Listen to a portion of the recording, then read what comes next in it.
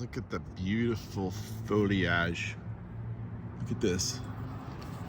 Does that look a lot like a maple foliage? Like an acer?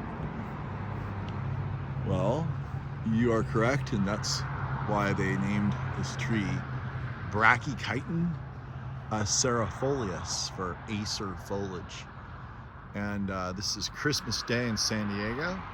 My daughter needed to go run an 800 at a high school to send to her Duke coach to get it timed so she knows where she stands for the next meet.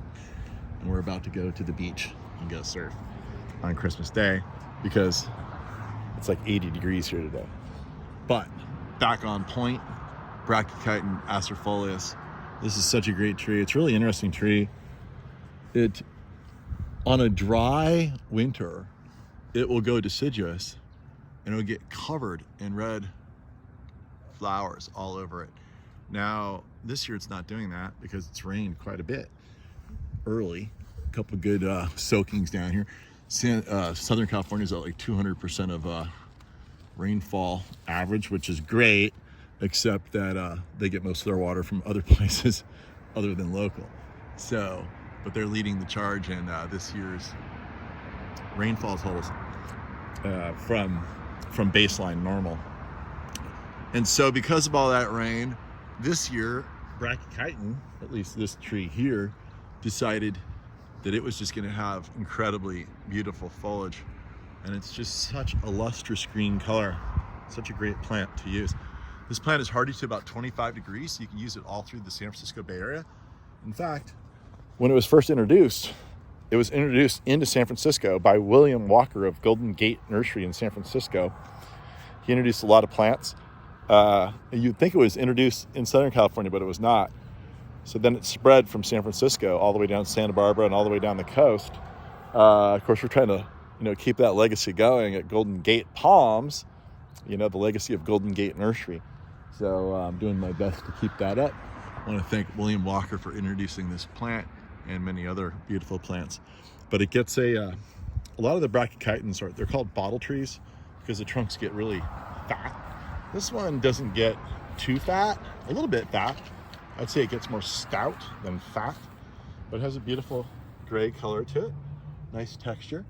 And what's nice about this tree is you can see here, this is a pretty big tree, and we have asphalt. Asphalt is really easily moved, and you can see none of it has moved, even though this tree is here. This tree is probably, I'd say 18 feet across and maybe 23, 24, 25 feet tall. So it's a pretty sizable tree. It's been here for a while, and it hasn't done anything to that asphalt. So these trees are known for being nice street trees because of that reason of not disrupting any hard surfaces around them. Now, if it were concrete, it would be even more stable than asphalt. Asphalt's like butter. It just falls apart. Like anything comes along, it'll just crack and fall apart, even on its own without a tree. So, but yeah, this has a really, really benign root system. And the tree is exceptionally drought tolerant. Once it's established, it doesn't need any water whatsoever, but it still gives that beautiful, lush, tropical look.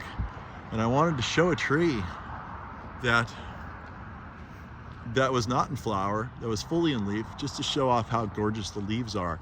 I have another video where I show these trees fully in flower with no leaves at all on a drier year.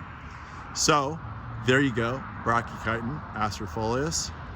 We can usually get these at, sometimes we have these for sale at Golden Gate Palms, and if we don't have them, we can certainly order them. Have a Merry Christmas. Or should be seeing this probably around New Year's. Happy New Year.